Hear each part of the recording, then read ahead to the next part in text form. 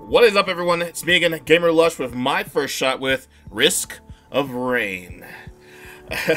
Now you're like, Rush, what the hell? This isn't Final Fantasy. I know, guys. New people who've tried to join the channel have known that I, apart with Final Fantasy, also like to take looks at new games, and if they intrigue me enough, I actually like to make small mini-series of Let's Plays of them as well, because I enjoy the game so much afterwards, or just a game that I usually know I'm going to like.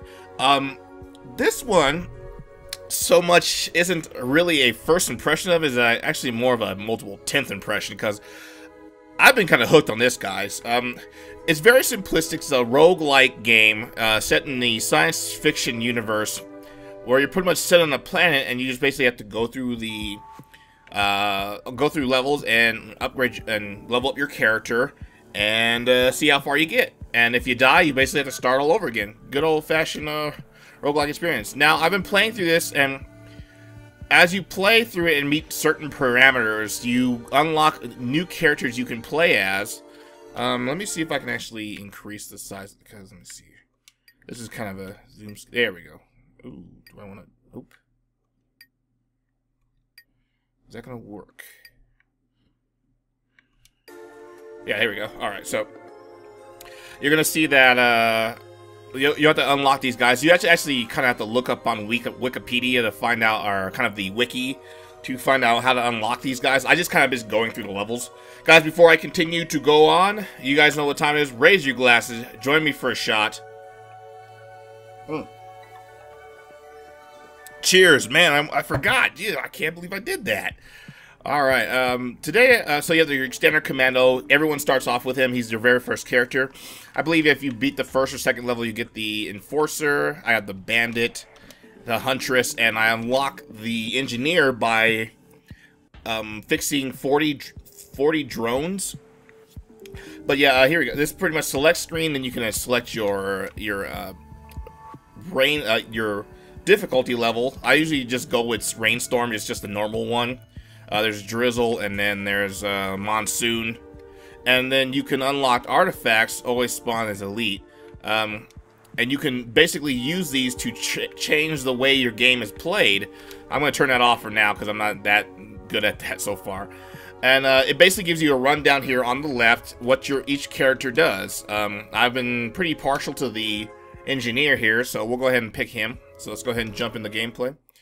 Alright, starts you off. I'm actually using a controller for this. So I'm using a Logitech right now. It's just simple, you know, kind of basic 360 controller. But you can use keyboard and keyboard with this one fine. It's not too terrible with the gameplay. So each character pretty much has a standard, just like one you can just keep spamming kind of attack.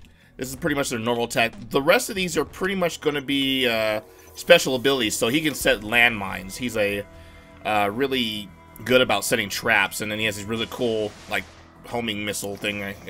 Wow, then he homing real quick. So as I'm playing through this, you can go ahead and you'll see gold in the top. Gold, gold. We'll get that gold. Anyway, in the left top hand corner, and now we'll be able to unlock these chests down here. You'll see with the money increments on the bottom of there, and these will unlock pretty much like, I guess, artifacts you could say, that will all do different types of things. We'll try to get some gold here. Gold! And unlock this first chest here. Woo! Take this guy down. I can also set a little turret guy. Hey, protect me, turret! Aha! Now, each character plays differently, guys, so not everyone's going to get a turret, these rolling mines, or anything like that. So, I have 37 gold right now, so now I can unlock 25. So, opens chest, launches fireworks by nearby enemies. Okay, so every time I open a chest, this will fire rockets at them. Now, as you can see, there's going to be, like, as playing this game, there are going to be tons more items that you're going to actually want, because they're just way better. And the fact that, like, how is rockets firing from a chest going to help me right now here in this situation where there's no chest nearby and I'm just killing this guy? There'll be other ones that shock random characters by, or one that gives you double damage, or one that protects you from damage for a certain amount of time, or war banner. That's like really good. It basically, every time you level up, you're set in this buff area that basically makes your character super strong. So I just level up there. So as I'm leveling up, I was like, okay, so cool. So let's say, wait, so that means you have permadeath in this game. So why don't you just go around and, you know, farm a really weak area, you know, kind of like grind. That's the thing, though. You can't really do that in this game. You kind of have to set your parameters as how you grind or level up your character.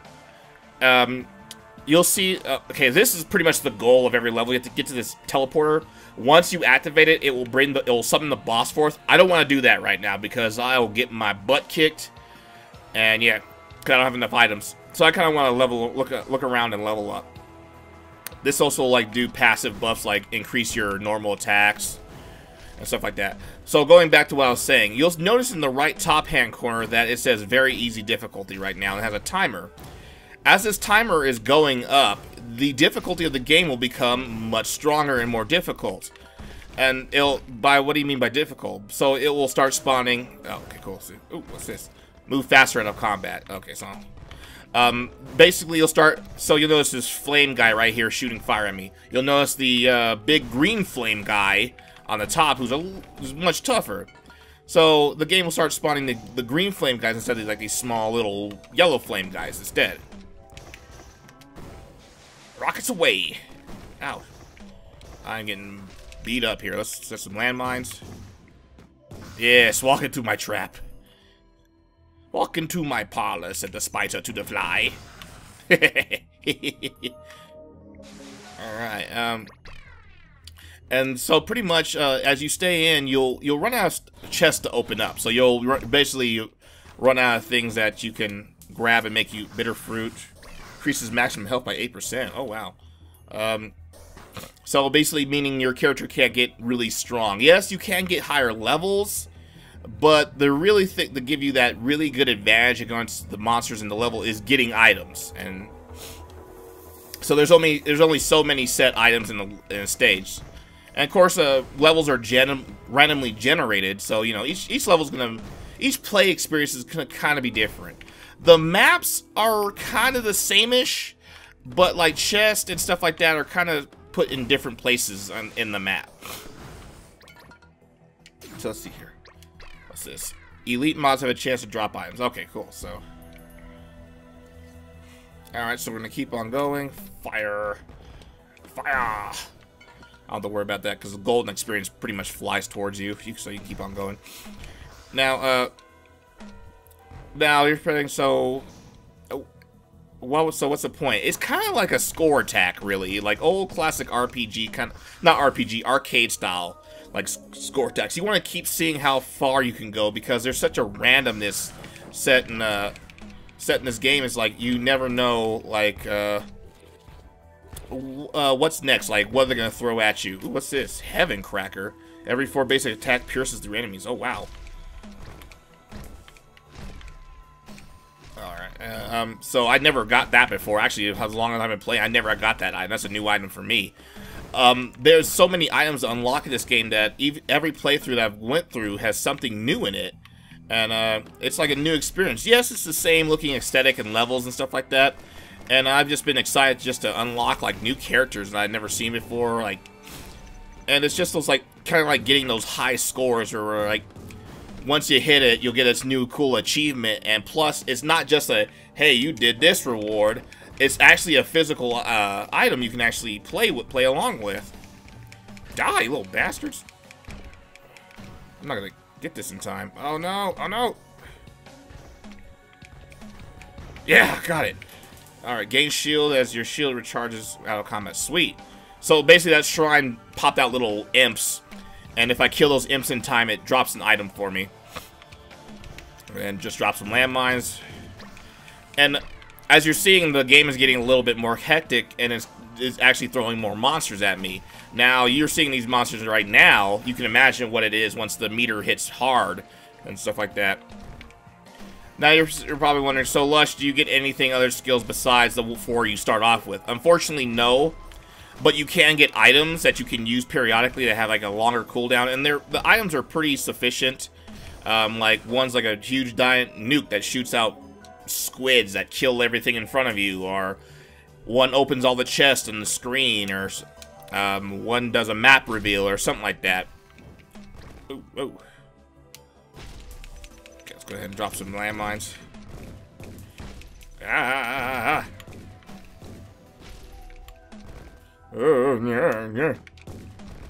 Exploit this. Yeah, most of the monsters in the first level can't really jump across. You'll notice. So this is a good level to start off with. Kind of get your character established with some really good items.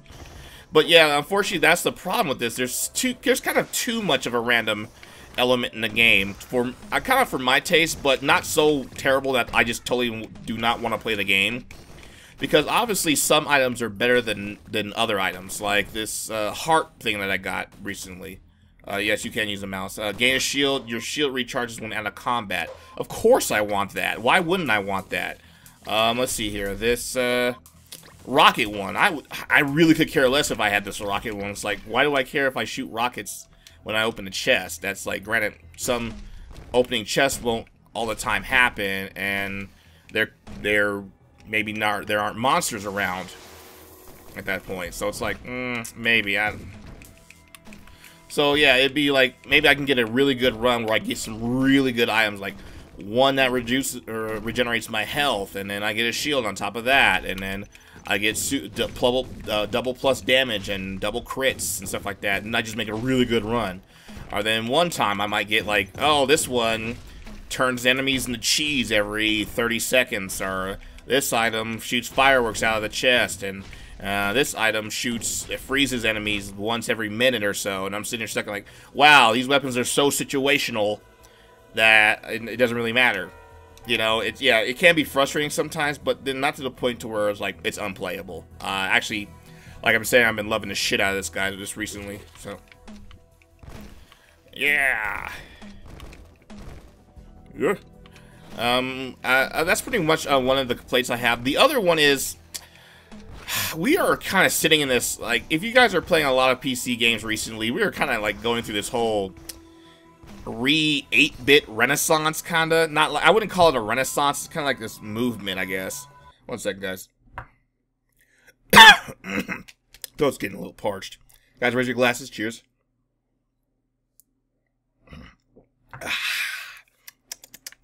Tasty. Where a lot of indie developers are using 8-bit, and I think you can only go but so far with 8-bit, because being a sci-fi setting, you could make these monsters look, you know, way more kind of different if you had like just more of a bigger palette. And the characters are a little too small for my liking. Only the fact, because I have this actually up by 3 times the amount. And if I would, I have 20/20 vision. My eyesight is really good. But I would hate to see, like, playing this game for a person who's, like, nearsighted or can't really see small things or anything like that. Eat mines, you little bitches. And I feel that they could have did a little bit more. I can see why you have a big scope of your surroundings. You can see what's going on. You have a lot of room to run around in. I don't know. I just feel that they could have did something, like, instead of going like everybody else is right now. Hey, it's 8-bit. It's nostalgic. It's retro. I'm like, okay, I'm a little bit over the whole retro thing, kind of. If the game is good like this one, I can get over it. But, yeah, that's to say I can't, you know. Alright, but yeah, so I'm pretty much farming at this point, trying to just explore the level, see if I can find some really cool, some loot, some lootage. Some fat lootage. So, yeah, oh crap. So these, yeah, they're getting a little bit too crazy here. A little hectic. Time to skidoo. That's my cue to skidoo. Okay, there's nothing up here.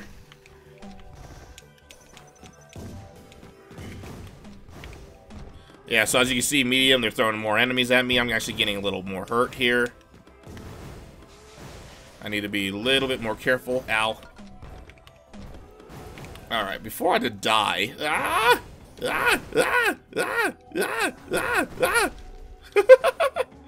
I need some healing. I need an item that heals me. Oh, Lord. Whee! Alright, I think that's pretty much it in this stage. This is a smaller stage. I didn't get too many, chests in this one. Oh, man, I could have made that. I wonder if I can make this jump if I run fast enough. Let's try to get... Oh, come on, I'm so close. They're probably wondering, how the hell are you supposed to get to that chest? See, that's another part of the thing.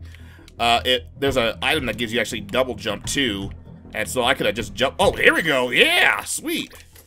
Run faster. So if you get the run fast mechanic or the double jump, you can make that one easy. If you don't have any items that don't help you with that, you're pretty much SOL on that item. All right. Okay, these squids are the worst. They start the space squids can pretty much keep following you wherever the hell you are on the stage. I think they're just kind of put in there to make sure that you are kind of more likely to die, because they can pretty much go anywhere. All right, let's go ahead and activate the boss. We got the magma worm. Okay, the worst of them all. So, and we have 2 of them. Oh, how lovely. Oh god. So basically, now I have to just try to stay alive. Oh shoot. Ah. Yeah, see, they're just basically homing in on me now. That's kind of garbage. Yeah, taste those landmines, you little witches. I'm gonna hold my ground up here. Hopefully, ah.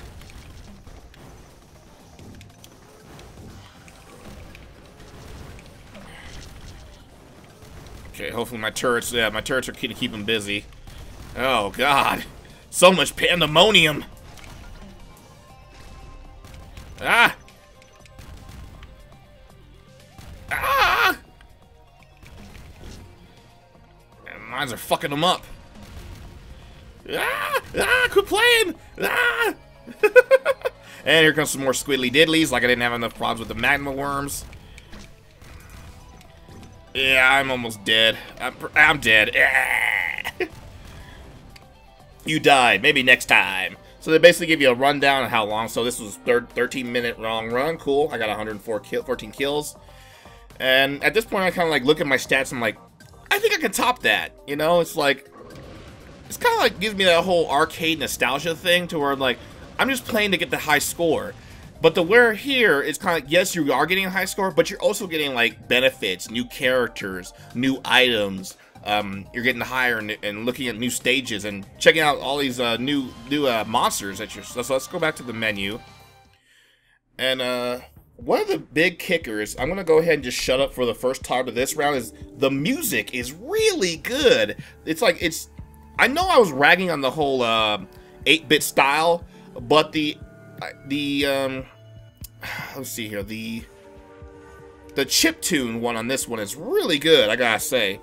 Okay, so we'll go with the Huntress right now. Huntress, she's whereas my engineer was more about, you know, staying stationary, setting traps, putting up searcheries, and just blowing them up with incendiary devices. The Hunter's all about staying on her feet. So we're gonna go ahead and play as her. So of course he'll start me off, and look at that, they gave me items already. I can't buy any of them because I only have 15, but we'll go ahead and keep on going. So we're gonna look around. I'm gonna kill some monsters so I can actually buy those. That's a little. It's kind of like a shop where you can pick which item you want. So you can see right here, she can just keep on moving and stay on the move and keep firing. Her attacks are much weaker than the engineers, where the engineers like throwing bombs at them. She's just shooting these badass laser arrows or whatever the heck it is. And that's one of her moves. Let's see here. Alright, do I have enough? Yeah, so... Alright, so... Jump backwards. I'm just going to stay right here. Alright, I can shoot a cluster. Okay, that arrow shoots out little cluster mines. And then I'm going to throw a glaive. Sweet. Oops. Okay, so I have enough. So I already know what most of these 3 items do. These 2 are healing, and this is a badass item that basically makes you super strong when you level up. See, all 3 of these items I would love to have. Because this one cures you outside of battle. This one cures you while you hit things. Ooh. Oh, this one's situational, though. Oh, my God. We'll go with this one. Alright, heal after kills. Alright, so... Cluster bomb. 1 shot, 1 kill. Alright, let's see what else is in here. Okay, there's a small chest that don't require money. Usually just experience in gold. She also has a teleport move. Yeah, I totally forgot. That's one of her moves. So she's like a really just on-the-move character. She's weak, but she's on the move. The cool thing about this is that these kind of moves can synergize with other characters, let's say. So this is, you could play up to 4-player co-op, either local, ground, why you would want to huddle around someone's computer screen. Unless they got a computer hooked up to a den, or kind of like a den setup. Oh, shoot. Yeah, so you can see she can shoot pretty far. All right. Oh, snizzles. Or you can do a LAN setup to where you find out a person's IP address and just kind of set up your own kind of game. And oh crap, damn it! There was a gap in this. So I want these glasses because I think they give you like a yeah, a chance to do double damage. So of course she can shoot so fast. It's kind of like she has more of a chance to actually do double damage for one of hers. And glaive. Yeah, like I said, so it's gonna be. Yeah, not so much damage on hers. So you can have up to 4 players. Now that Enforcer, the second guy I showed you, he's actually more of a tank class. He uses a shield, and in one of his moves, he can actually slams his shield in the ground, kind of post up, and he can't take damage from any frontal attacks. So let's say you're getting run down, you want to find a corner to probably sit in, while the Enforcer stands in front of everybody while they just unload their stuff, while the Enforcer just holds the line, stuff like that. You know, you want the Huntress here to go, since she's the fastest character probably right now that I have her just do some scouting, and you know, set up a camp, and like you can do the scouting, and we'll just set up here and gain experience. Cool. And then have the engineer with the Enforcer and like establish a little base camp and around the gate once you find it. I know it's like kind of like these little things where scenarios where you can set up, but it's just cool that they give you that option to do, like, you know, 4 players, because these guys really kind of synergize off of each other. And so you can have a really fun play sessions, you know, get like 3 close friends and I don't know, jump on TeamSpeak, Skype or whatever, and get a really cool session, have a lot of fun, because you know it can get really hectic because it does scale. It does throw more characters at you with more players on the field and everything like that. Yeah. Yeah, so this is the warband I was talking about. Pretty much, yeah, that's insane. Yeah, saw me firing faster than I already am. Yeah, eat dirt. Ah. Eat arrows, scrubs. All right, let's see here. All right, more fat lootage. Back off, fire beastie. All right, okay, here we go. Yeah, chance to launch a mortar. Let's see here. Chance to knock enemy backwards. And my arrow already does that, but that one actually knocks him back further. Okay, so I still have, unfortunately, well, I do have the healing item on kills, the tooth that I first got.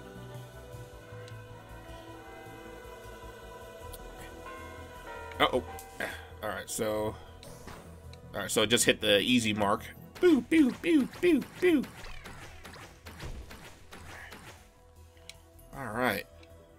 So, yeah, right here, I would pretty much recommend this. This game is fun by itself if you're playing with yourself. But you know, to me, the adage is, any game is fun if you play it with other people. A game can be, which makes it a good game, kind of. Well, which makes almost any game good. The game is great if you can play single player and still have exponential more fun with other people.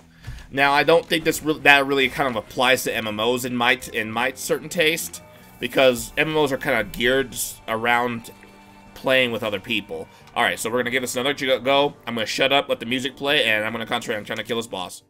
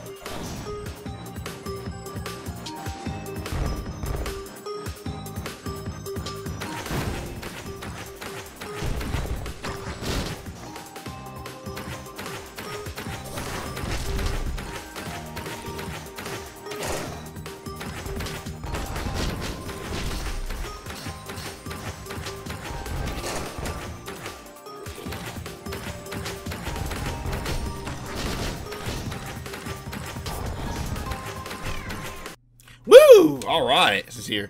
Chance to tether yourself to an enemy. Alright, did it. See, so as you can see, that character was way more suitable for that boss. Obviously, as you can see, that one was a fast-moving boss. My character is a character that usually stays on the move. So, it was a good kiter. Now, that boss would have been a little bit more harder for my engineer class, but see, that's the thing. You can't pick the character you think that would be more suitable for that, because it's always random.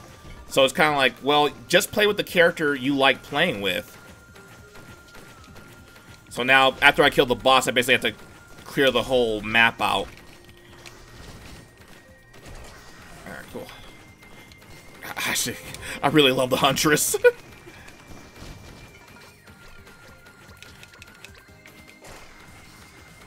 Alright, cool.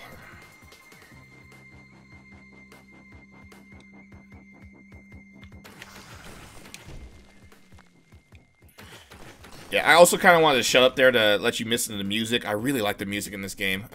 If you just sit down and kind of just listen to it, kind of, mellow out. Me, like, when I'm playing this, I just like to have a drink and just, kind of go into kind of the state of not euphoria, but, just kind of lull out and, just kind of concentrate on me killing these guys, racking up points, and see what kind of random stuff I end up getting. Alright, yeah.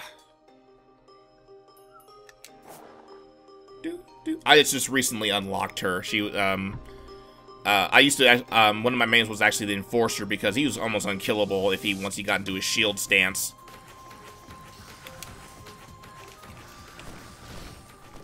Yeah. Alright, I'm gonna try to beat this level real quick, guys, and then I'll show you pretty much transitions over to the next one. Alright.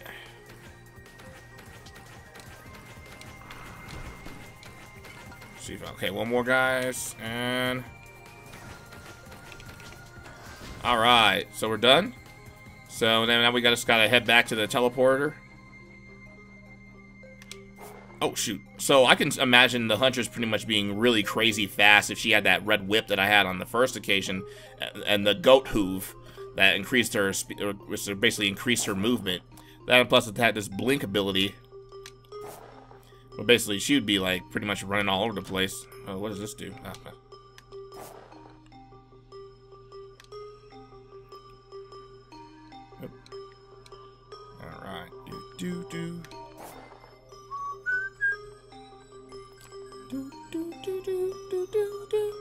Alright, so all your leftover money is turned into experience. Warp to the next area. Damn cave. Rinse and repeat. So, like I said, guys, pretty simple to it.